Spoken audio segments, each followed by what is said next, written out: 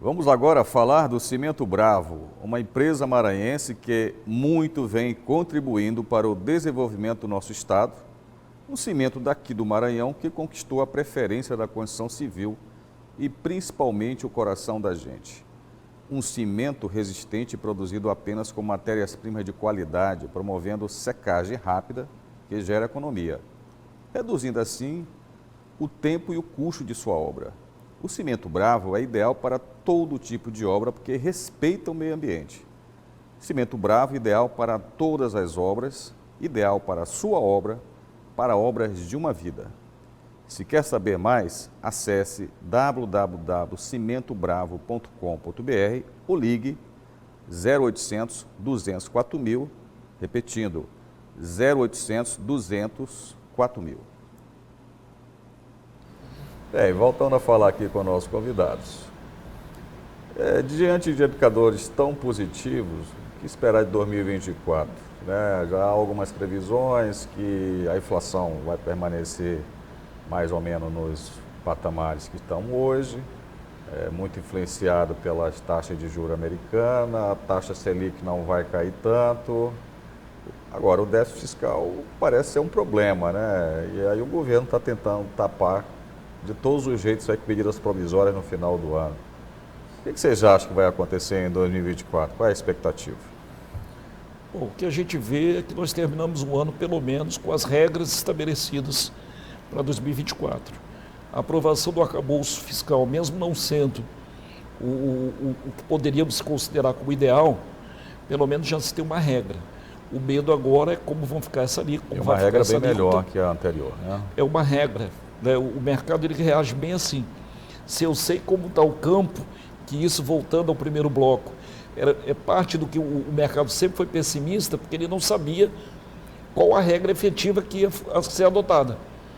A partir do momento que já se sabe, agora a gente se precifica, né, o que vai acontecer. Então, em 2024, nós já temos a regra, temos o problema do déficit público, que ele não deve estourar 2024 para o Brasil. Porém, a longo prazo, isso complica muito a nossa economia.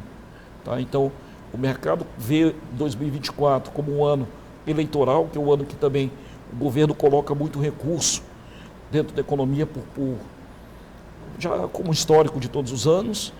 Então, a gente vê um ano mais tranquilo do que 2023, apesar dessas inseguranças que a gente ainda continua tendo na questão da polarização, né?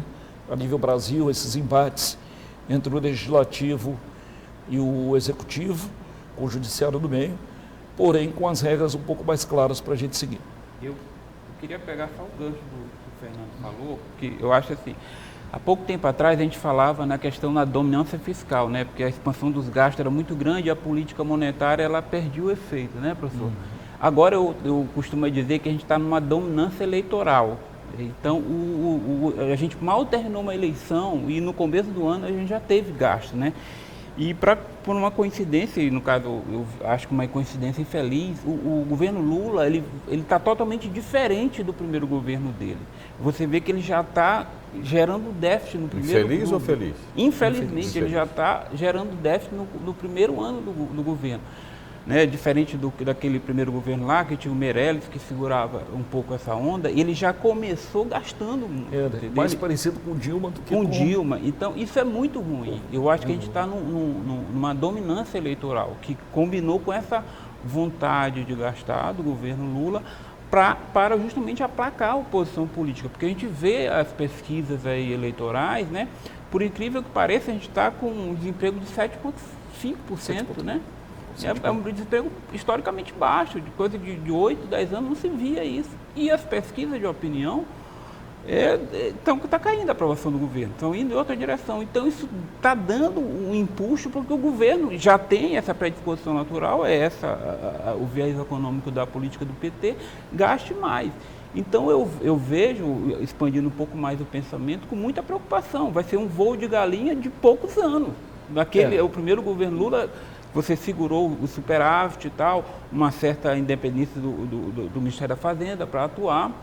E esse período não vai ser assim. Eu acho que quem orientou Lula, orientou mal ele. Eu acho que ele deveria ter feito aquela política clássica de segurar os 2 primeiros anos. Mas acho que fica claro que há um embate ideológico dentro do próprio governo. Sim. Nem do governo, dentro do próprio PT, né, que é o partido dominante do governo.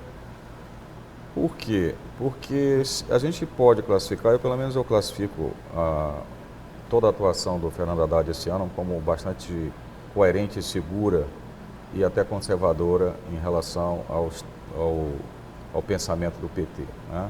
Que acho que se não tivesse Fernando Haddad seria muito pior. E essa crítica tem sido feita, né? Que o Lula 3, ou é Lula 3 ou é Lula 4? Acho que é o Lula 3, né? 3. O Lula 3 está igual a Dilma. Eu acho que não está, não. Eu acho que está bem diferente. Eu acho que o governo da Dilma foi um governo desastroso, de fato. Né? Não só eu que tenho essa opinião. Mas continua essa questão do que vai acontecer em 2024, né? Aí eu queria pegar o gancho no voo de galinha que o Éden está se referindo aqui, para trazer uma questão que eu acho que é muito preocupante também para 24 e anos seguintes, que é o do baixo nível de investimento que continua na economia brasileira. No último trimestre de 2023, a taxa de investimento foi de 16,6% do PIB. As estimativas são assim, para o Brasil manter um ritmo de crescimento 3, 4% ao ano aí por um período de tempo maior, seria necessário pelo menos 25%. Agora, ou seja, como você chegar está uma quase... taxa dessa, professor, com uma Selic a 11,75%?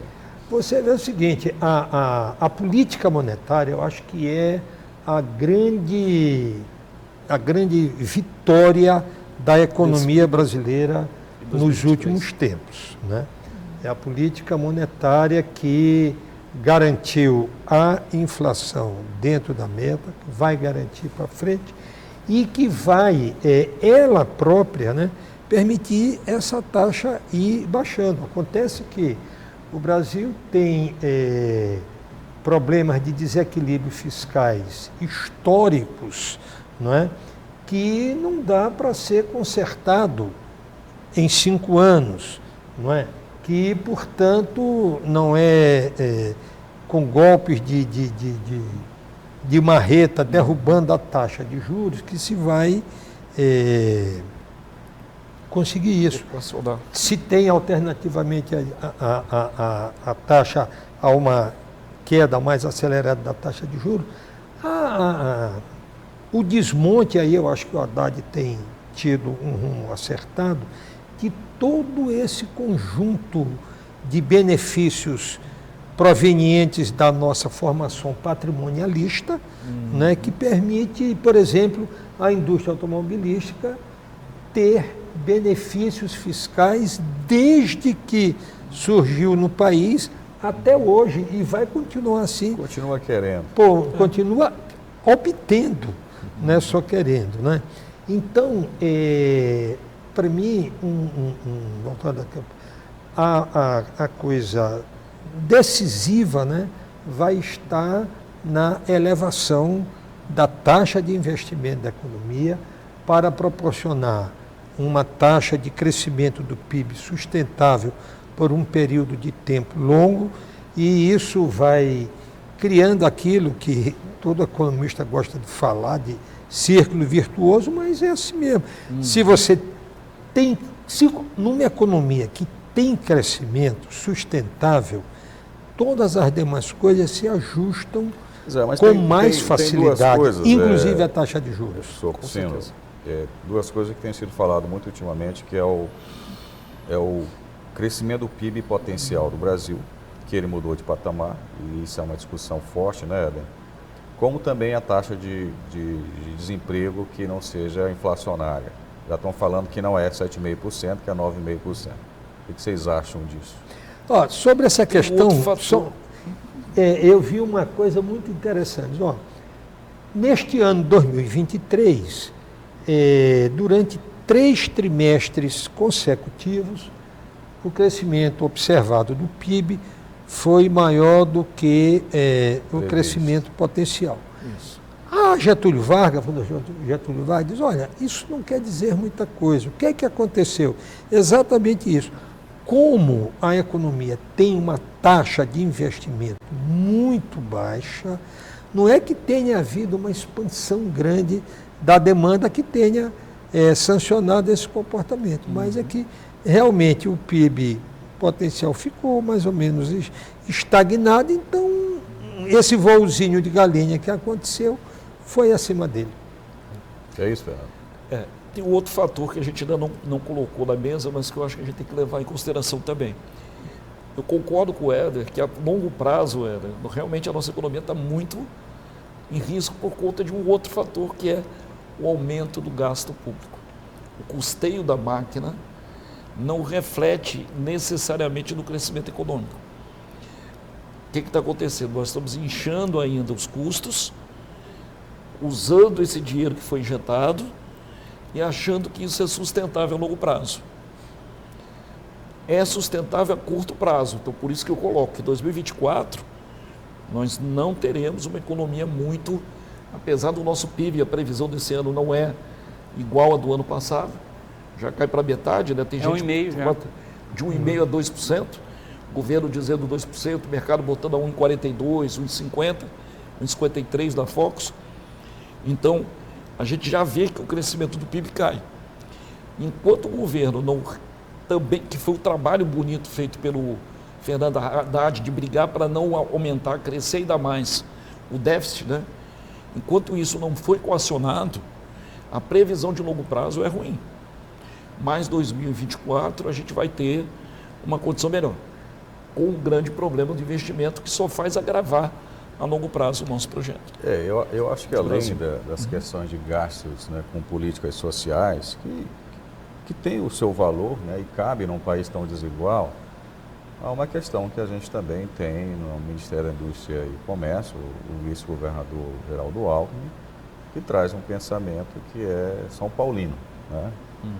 Você tem que dar cada vez mais privilégios para a indústria, com isso você abre mão de arrecadar alguns impostos e a conta alguém paga. Essa conta alguém está pagando, né? De alguma forma, fora esse desarranjo institucional que tem no Brasil, e talvez a reforma tributária ela consiga corrigir isso. Concorda com isso, Éder? Eu acho que a reforma tributária é a grande vitória do primeiro ano do governo, né? Essa questão da unificação de impostos e tal, mas ela não é por si suficiente, né? Eu nem entendi como essas agências de classificação de risco melhoraram a nota do Brasil. Talvez porque houve uma regra. Exatamente. O arcabouço fiscal, para mim, ele é extremamente falho. Na realidade, para a gente nem precisaria dele, né? O Brasil é como aquele cara que ele precisa fazer uma dieta, ele vai lá no nutricionista, o nutricionista passa uma dieta para ele, não, isso aqui está muito restritivo, eu vou mudar de nutricionista, não vou fazer a dieta. E é tipo, essa questão que é mais ampla, que o professor Cursino falou, que o problema do Brasil é essa agenda que a gente perdeu, né, de focar na produtividade, na melhora educacional. Então tem vários fatores aí que eu acho que falta uma boa safra de políticos e estadistas, né, para pensar nesse tipo de coisa. Talvez a burocracia brasileira, a federal, que ela é bem constituída, mas talvez falta uma intervenção dela maior, né? A gente perdeu, volta pela questão da dominância eleitoral, pelo imediatismo. As nossas taxas educacionais são péssimas, são reiteradamente péssimas. Entendeu? A gente não consegue poupar para fazer investimento. A eficiência da máquina pública é uma agenda totalmente perdida. A gente não fala nisso. E eu sou servidor público, eu fico totalmente à vontade de falar nisso. É uma agenda totalmente perdida. A semana passada mesmo, só como um exemplo, eu vi a prefeitura aqui do Maranhão fazendo concurso para porteiro. Não se faz, não se usa mais isso, né? Não se usa, é um cargo que é muito flexível, poderia ser terceirizado, não se usa há 20 anos, por exemplo, do governo federal. E que acaba gerando ineficiência, assim, né? Só um exemplo, a gente está investindo nas coisas que deram errada, falta um norte para isso tudo, que é a questão que vai gerar produtividade, que aí sim vai garantir esses eixos para o crescimento a longo prazo. Isso não se toca nesse assunto, não se toca nesse assunto. Eu vejo uma carência muito grande desse tipo de discussão. É verdade. Talvez no fundo a questão seja política, Só lembrando aí que no início do século XX, o Lima Barreto, que era um visionário, ele publicou um livro falando de uma sociedade que existia, que não era o Brasil, mas era o Brasil, falando de tudo isso aqui que nós estamos falando hoje, nada mudou. Apesar disso, o país desenvolveu, mas a gente vai mais um rápido intervalo e voltamos já já com mais negócio na pauta.